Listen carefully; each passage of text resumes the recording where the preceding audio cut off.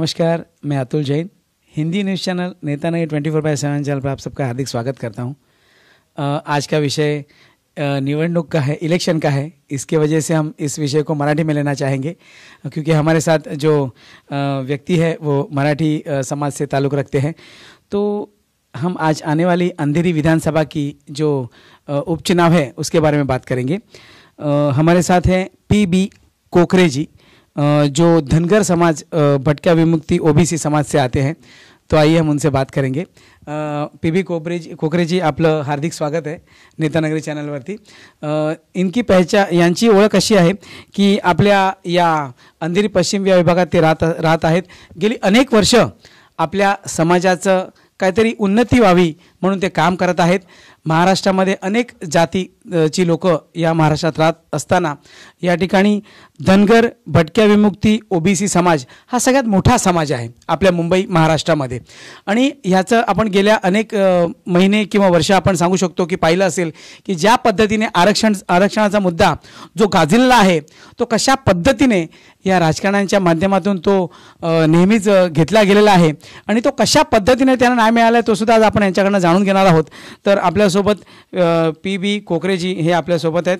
तर भटक्या विमुक्त्या जाती समाजासाठी ते काम करत आहेत। गेली अनेक वर्ष काम करत असताना त्यांनी या ठिकाणी महाराष्ट्र राज्य धनगर समाज उन्नती मंडळ मुंबई याचे ते अध्यक्ष सुद्धा राहिलेले आहेत। महाराष्ट्र क्रांती संघटनेचे प्रमुख शोषित पीडित वंचित यांच्यासाठी ते काम करत आहेत। पी.बी. कोकरे जी, आपलं हार्दिक स्वागत।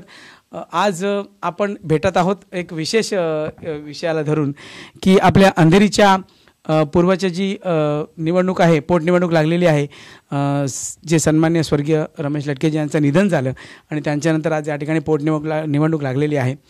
या ठिकाणी एक भाजपचे उमेदवार तर घोषित झालेले आहेत, जे आपले मुर्जीबाई पटेल म्हणून आहेत ते, आणि त्याचसोबत शिवसेनेकडून त्यांच्या पत्नी रमेश लटके यांच्या पत्नी ऋतुजा लटके यांना जे तिकीट जाहीर करण्यात आलेले आहे। पण यानंतर आम्ही असंही सूत्रांकडून माहिती आम्हाला मिळते आहे की धनगर समाज यांच्या वतीनं आपण एक उमेदवार म्हणून चेहरा समोर येतोय आणि पी.बी. कोकरेजी आपण उमेदवारी अर्ज भरणार असं आम्ही ऐकतो आहे। किती खरं आहे? प्रथमतः नेतागिरी चॅनलचं मी मनापासून आभार व्यक्त करतो। माझ्यासारख्या कार्यकर्त्याला तुम्ही आज ह्या मंचावरती बोलवलं आणि आज ह्या ठिकाणी मला बोलण्याची संधी दिलेली आहे। आणि माझे काही जे प्रश्न तुम्ही जे मला काही जे प्रश्न विचारणार त्यांची मी उत्तर सडेतोड या ठिकाणी देतो।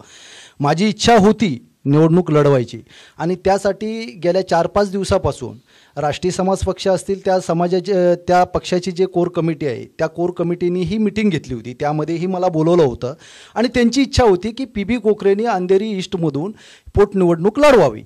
त्यानंतर पार्लमेंट सदस्य जे वंचित बहुजन आघाडीमध्ये होते अण्णाराव पाटील यांचाही पक्ष आहे महाराष्ट्र विकास आघाडी, त्यांच्याकडूनही कॉल आला होता।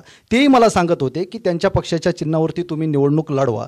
पण मी असा निश्चय केला होता की मला अपक्ष निवडणूक लढवायची होती आणि त्या संदर्भात मी पूर्ण निर्णयच केला होता। पण निर्णय केल्याच्या नंतर त्या ठिकाणी मी तिथला जो समाज आहे, तिथला जो घटक आहे, जो गेल्या अनेक वर्षापासून ओबीसीसाठी असेल, भटक्यांसाठी असेल, धनगर समाजासाठी असेल, तो लढतोय, संघर्ष करतोय, त्यांच्याशीही विचार करणं, त्यांच्याशी बोलणं करणं हे माझं कर्तव्य आहे।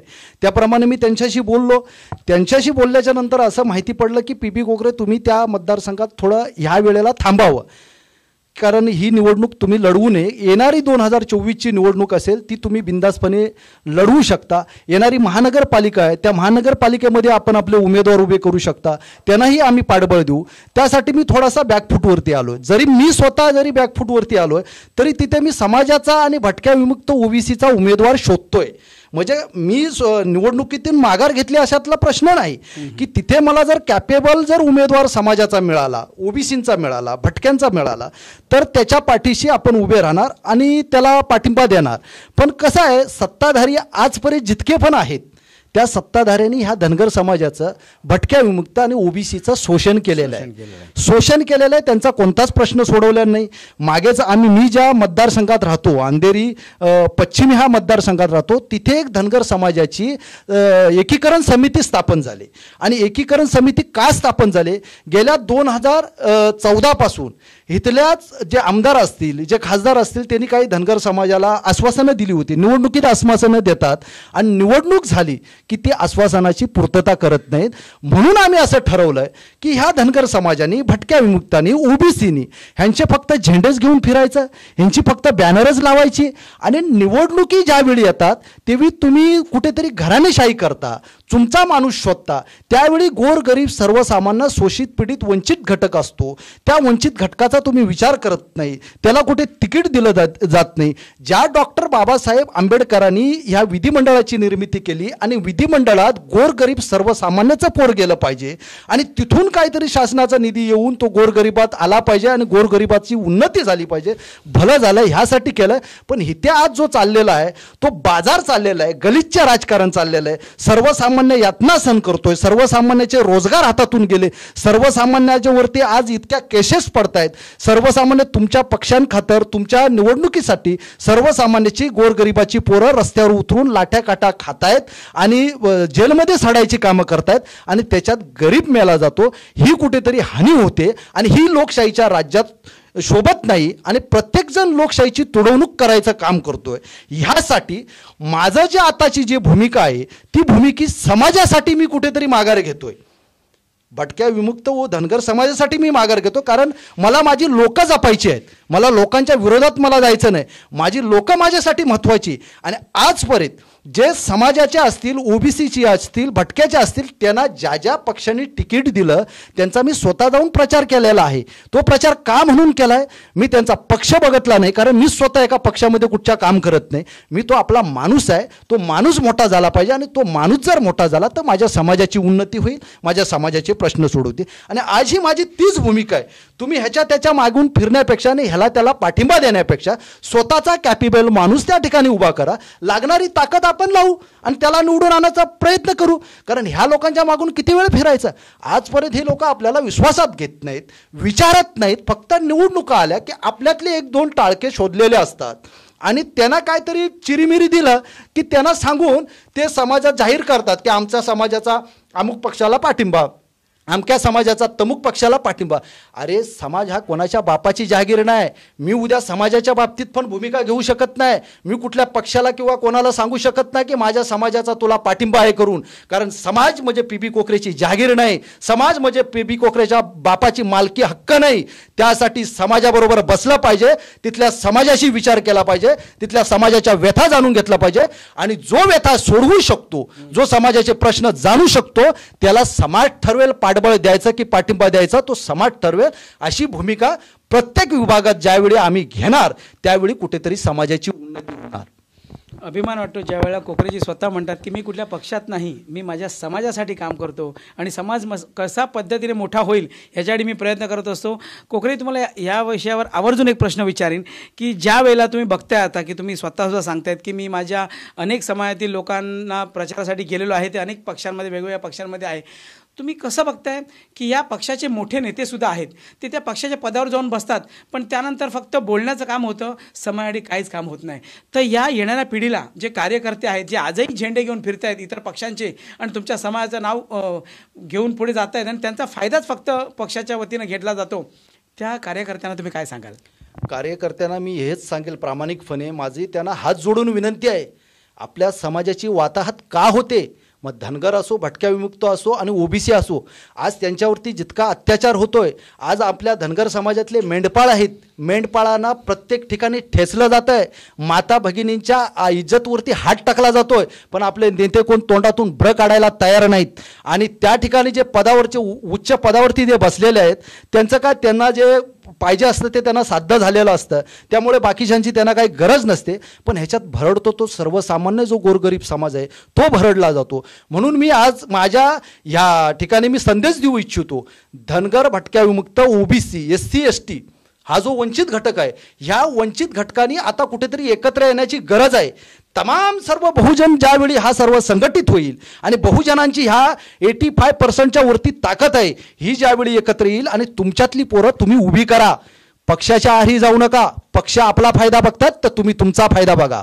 तुमचे कसे प्रश्न सोडवले जातील, तुमच्या व्यथा कसा कोण जाणून घेणार असेल, तो गोरगरीब जरी त्याच्या अंगावर कपडा नसेल त्याला सक्षम तुम्ही करा आणि त्याला उभा करा, तेव्हा तुमची दखल घेतली जाईल.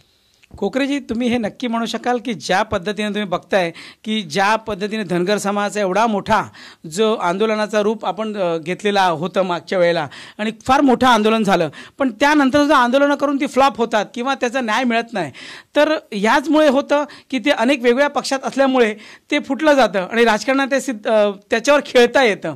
तर या विषयावर तुम्ही कसं बघताय? नाही, आंदोलनं फ्लॉप होतात. आरक्षण खूप मोठ्या प्रकारे झालेली आहे आणि प्रत्येक आरक्षण ज्यावेळी धनगर समाजाच्या ज्या नेत्यांनी आंदोलनं केली, मग जानकर साहेब असतील, प्रकाश अण्णा शेंडगे असतील, गोपीचंद पडळकर असतील, वडकुते साहेब असतील, अर्जाप्पा असतील, राम शिंदे असतील, ह्या सगळ्या लोकांनी धनगर समाजासाठी म्हणजे त्यांचं योगदान आहे. मी आज त्यांना मानतो, त्यांचं योगदान आहे, त्यांनी खूप मोठं कार्य आहे त्यांचं आणि त्यांनी कामही केलेलं आहे.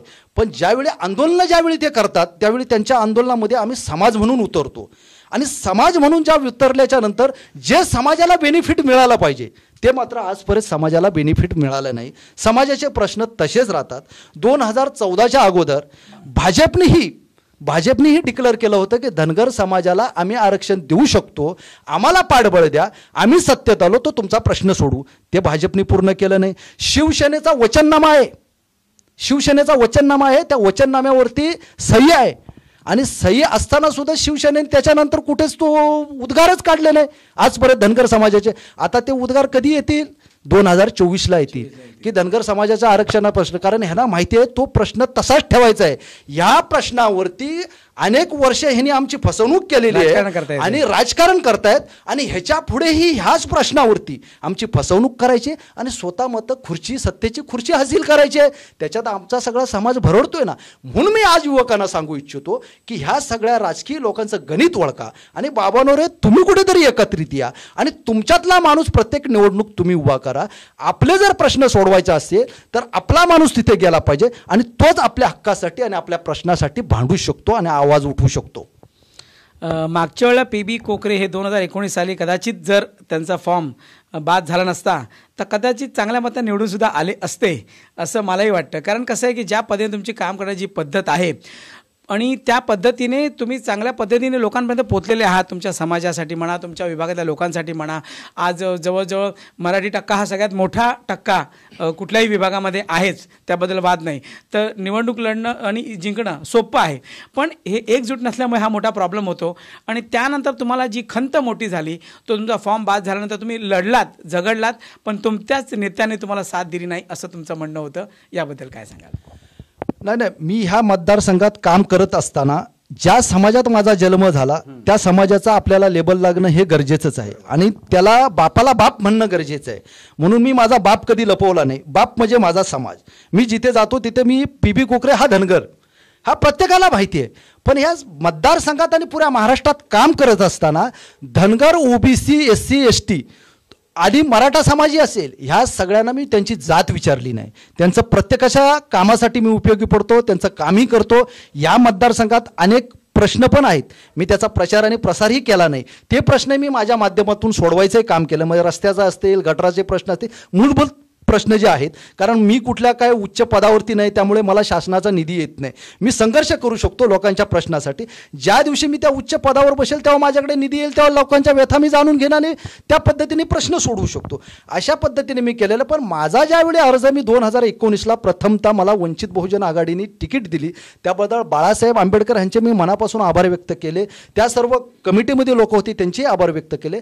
पण काही कारणास्तव म्हणजे माझा बाद झाला अशातला भाग नाही. माझा बाद केला गेला आणि ते माझ्यासमोर बल्लाड उमेदवार होते आणि त्यांनाही माहिती होतं की PB कोकरेपासून फटका बसणार आहे. आपली काम करण्याची पद्धत वेगळी होती आणि त्यामुळे तो बाद झाला आणि बाद केला गेला.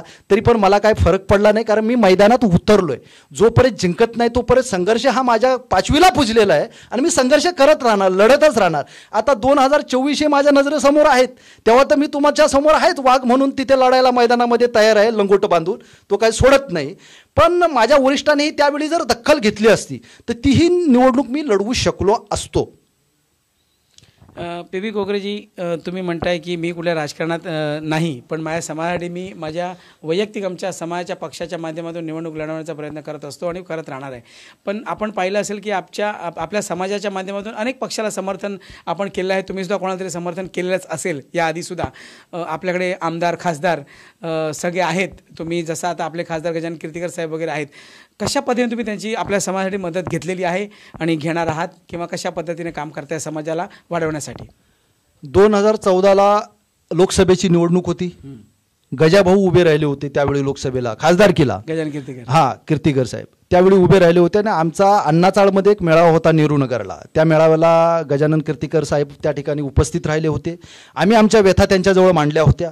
मग त्या व्यथेचं त्यांनी सर्व ते जाणून घेतलं आणि आमचं एक समाजभवन ह्या विभागामध्ये मोठं असावं अशी समाजभवन तर असावं अशी आमच्या सगळ्या समाजाची भावना होती.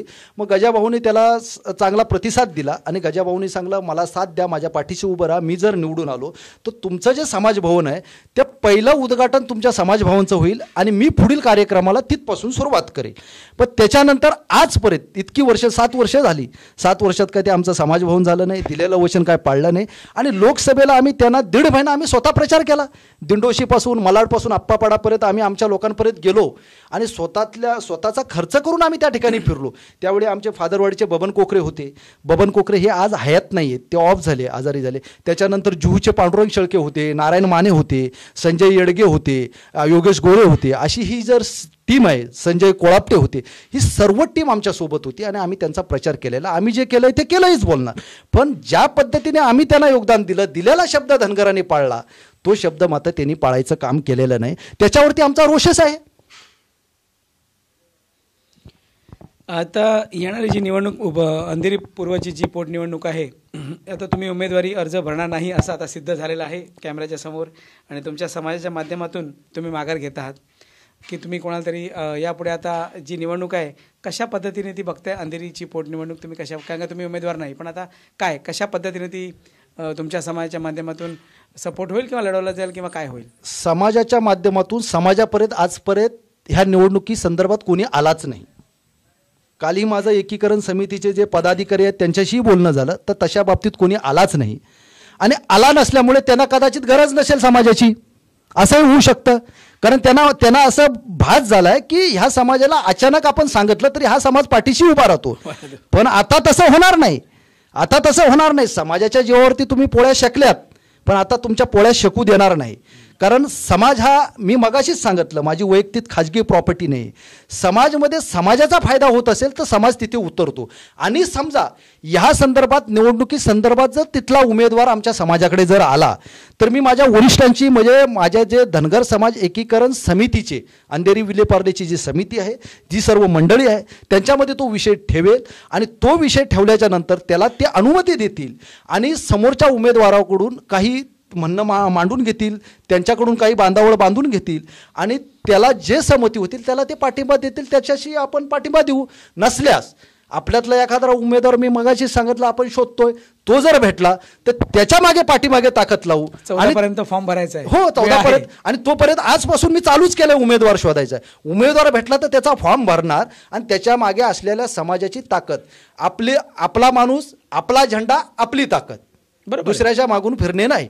आणि तसं झालं नाही तर ह्या उमेदवारापैकी जो धनगर समाजाचा विचार करेल, धनगर समाजाची मिटिंग लावेल, धनगर समाजाबरोबर बसेल, धनगर समाजाची चर्चा करेल, तुम्हाला दिलेली मी आश्वासनं अमुक कागदावरती करार करून देईल आणि करार केल्याच्या नंतर समोर आम्हाला दिसण्यात येईल, आम्हाला योग्य वाटेल त्याला पाठबळ देईल. नाही तर एखादा एकटा कोणतरी जाईल आणि समाजाच्या जीवावरती त्याला पाठबळ देईल तर तिथे आमचा विरोध असेल. कारण एकट्याने आजपर्यंत आम्ही राजकीय लोकांना टार्गेट करत गेलो, पण समाजातला माणूस कुठेतरी समाजाची हानी जर करत असेल आणि इतर समाजावरती, मी समाजाचा आहे, मी समाजाचा पाठिंबा देतो, तुझ्या बापाची खाजगी मालमत्ता नाही, तू पाठिंबा देतो, म्हणजे तू सर्वांची चर्चा कर, त्या माणसाला घेऊन ये, त्याच्यानंतर आपण ठरवू. नसल्यास तू तसा जर पाठिंबा जाहीर केलास तर आजपर्यंत समाजाची जी हानी झालेली आहे, समाजाची नुकसान झालेली आहे, समाजाचे प्रश्न सुटलेले नाहीत, ते सगळे प्रश्न घेऊन असणारा समाज तुझ्या दारात येऊन उभा राहील, तुझी कॉलर पकडेल, तेव्हा तू ठरव. खरी गोष्ट आहे, बरोबर आहे. अच्छा, शेवटचा प्रश्न मी आता घेतो की आज जेव्हा एखादा पक्ष आपण बघतोय की घराणेशाहीचा विषय हा गेली अनेक वर्ष चालतच आलेला आहे, सांगितल्यानंतर सुद्धा घराणेशाही काय कुठे संपत नाही आहे, पण त्याच पद्धतीने आपल्या धनगर समाजाची जे नेते मंडळी आहेत ते आपल्या जे घराचे कुटुंबीय न समजता आपल्या समाजाला घर समजून आपले उमेदवार कशा पद्धतीने जास्तीत जास्त उभे करता येईल आपल्या प्रत्येक विभागामध्ये, यासाठी तुमचं काय म्हणणं आहे? एका ठिकाणी घराणेशाही, एका ठिकाणी आपला समाज कसा वाढवायचा, कसं बघताय? घराणेशाही आज ही पक्षात जर आपण बघितली, बाप खासदार, आजोबा खासदार, त्याच्यानंतर बाप आमदार, त्याचा नातू नगरसेवक, परत पंचायत समिती, जिल्हा परिषद, ग्रामपंचायती, हे ठेकाच त्यांनी करारनामा केलेला आहे की आम्हीच निवडणुका लढवायच्या. पण सर्वसामान्याच्या पोराला काय निवडणुकीमध्ये ते चान्स देत नाही. आणि माझ्या नजरेच्या समोर अशी काही लोक आहेत ती आज म्हातारी झाली, वयोवृद्ध झालीत, बिचारी झेंडे घेऊन फिरत होती, त्यांच्या घरामध्ये आज काही सामान्य ज्या गोष्टी लागतात मूलभूत त्याही नाहीत. अशी परिस्थिती पाहून खूप वाईट वाटतं. म्हणून मी या महाराष्ट्रातील लोकांना सर्वांना सांगेल की समाजातील धनगर समाज असो, भटक्या विमुक्त असो, ओबीसी असो, एससी आणि एसटी असेल, की बाबा तुमच्या हक्काचा माणूस तुम्ही निवडून द्या आणि तुमच्या हक्काचा माणूस पुढे करा. कारण ही लोक घराणेशाहीच करत राहणार. ह्यांच्या मागून आपण गेलो तर तुम्ही 5-5 वर्ष त्यांच्या पक्षाचं काम करणार आणि तिकीट द्यायची वेळ येते तेव्हा तुम्हाला तिकीट देणार नाही. आणि मी आज बसलेल्या जागेवरून सांगतो की तुम्ही तिकीट घेऊन या तुमच्या पक्षाकडून, तुमचा प्रचार आम्ही समाज बांधव म्हणून आपण फुकट करू, 1 रुपया घेणार पण नाही, तुमच्याकडून काहीच मागणार नाही. लागणारे 1 महिन्याची मदत असेल ते आपण करू आणि तुमचा प्रचार करू. पण तुम्ही तिकीट घेऊन या. मग तिकीट घेऊन तुम्ही येऊ शकत नाही, मग त्या पक्षासाठी तुम्ही इतरांशी भांडता कशाला? पक्षाचा इतरांसाठी तुम्ही प्रचार करता कशाला? मग जो तिकीट तुम्ही आणू शकत नाही, पण जो अपक्ष समाजातून जर आपण ठरवून उभा करत असेल त्याला तुमचा पक्ष बाजूला सारून समर्थनही करणं गरजेचं आहे. पण तुम्ही कुठे एका मार्गी उभं राहायला पाहिजे. त्यावेळी कुठेतरी समाजाचे प्रश्न सुटले जातील आणि तशा पद्धतीने ह्यांनी काम केलं पाहिजे. आणि मी तर ठणकावून आजही सांगतो, महानगरपालिका उद्याची, आजची ही निवडणूक सोडा, महानगरपालिका उद्याची जी आहे 2-3 महिन्याच्या नंतर आहे. आणि महानगरपालिकामध्ये अंधेरी पूर्व असेल, अंधेरी पश्चिम असेल, या दोन्ही मतदारसंघात समाजाच्या वतीने धनगर समाज प्लस भटका विमुक्त, ओबीसी, एससी आणि एसटी कॅपेबल जे उमेदवार असतील, इच्छुक उमेदवार असतील, त्यांना आपण उभे करणार आहोत, त्यांना पाठबळ देणार आहे. आणि त्यांची प्रचाराची धुरा जी असेल हातात ती पीबी कोकरे घेणार आहे आणि प्रचार करणार आहे. कामाचा, विकासाच्या मुद्द्यावर मतं मागणार आहे. असं नाही भावनिक करून मतं नाही मागणार की माझ्या बापानी काय केलं, माझ्या आजोबांनी काय केलं, माझ्या पंजोबांनी काय केलं, तिकडे बघा, मी हात जोडतो तुमच्याकडे, असं करा तसं करा, ही मतं नको.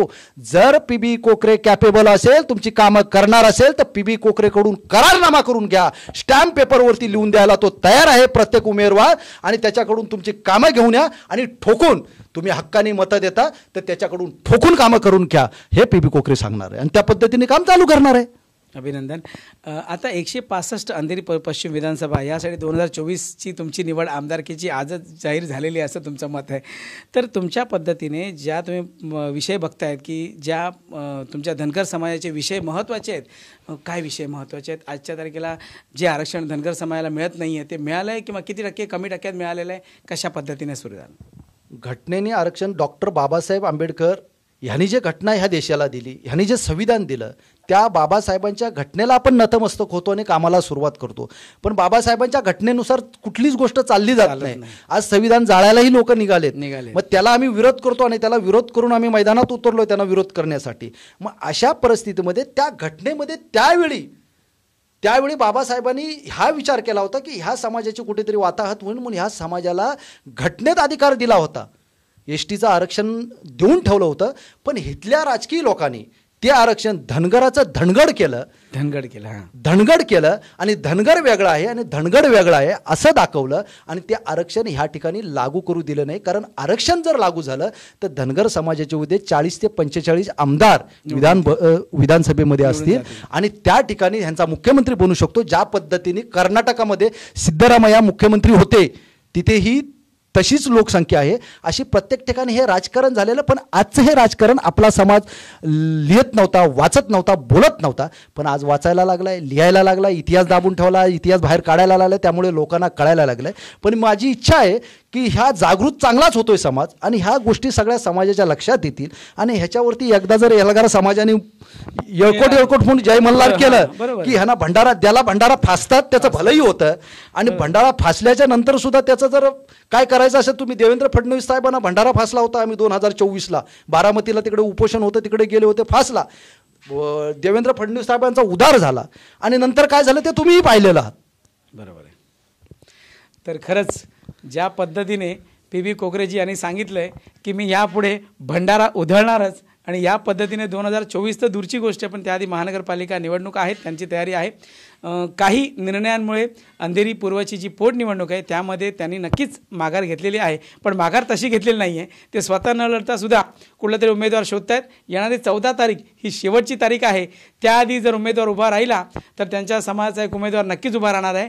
पण लक्षात घ्या, अशाच पद्धतीने PB कोकरेजींनी जे सांगितलेलं आहे की ज्या पद्धतीने आपल्या समाजाची लोक जी विखुरली जातात, अनेक पक्षांमध्ये गेलेले असतात, ते कुठेतरी बंधनामध्ये येतात आणि त्या बंधनामुळे कुठेतरी आपला समाज हा मागे जातोय असं त्यांचं म्हणणं आहे. आणि ते खरीच गोष्ट आहे. आपण नेहमी बघतोय की ज्या अनेक वेळेला लाखोंच्या संख्येने एक मराठा लाख मराठा सांगत अनेक लोकांनी आंदोलनं केली, अनेक संघटनेची लोकं उभी राहिली, पण त्या संघटनेनं सुद्धा तितकं सामर्थ्य मिळालं नाही. आणि त्याच पद्धतीने धनगर समाजाने सुद्धा ज्या मागण्या मागितल्या त्या मागण्या अजूनपर्यंत काय पूर्ण झालेल्या नाहीत, पण त्यावरती राजकारण चांगलं खेळता येतं हे मात्र आपण नेहमीच TVच्या माध्यमातून पाहिलेलं आहे, बातम्यांच्या माध्यमातून पाहिलं आहे. पण ह्या ठिकाणी PB कोकरे हे न्याय मिळवून देण्याशिवाय राहणार नाही हे त्यांनी शपथ घेतलेली आहे आणि त्याच पद्धतीने ते पुढे काम करत राहणार आहेत. आणि कशा पद्धतीने आपला समाज एकजुटीने उभा राहील आणि एका मंचावर येईल याची ते प्रयत्न करणार आहेत. मी PB कोकरे यांना पुढच्या भवितव्यासाठी शुभेच्छा देतो. धन्यवाद. थँक्यू. मी अतुल जैन, चॅनलचे धन्यवाद. मी अतुल जैन, हिंदी न्यूज चॅनल नेता 24/7. थँक्यू.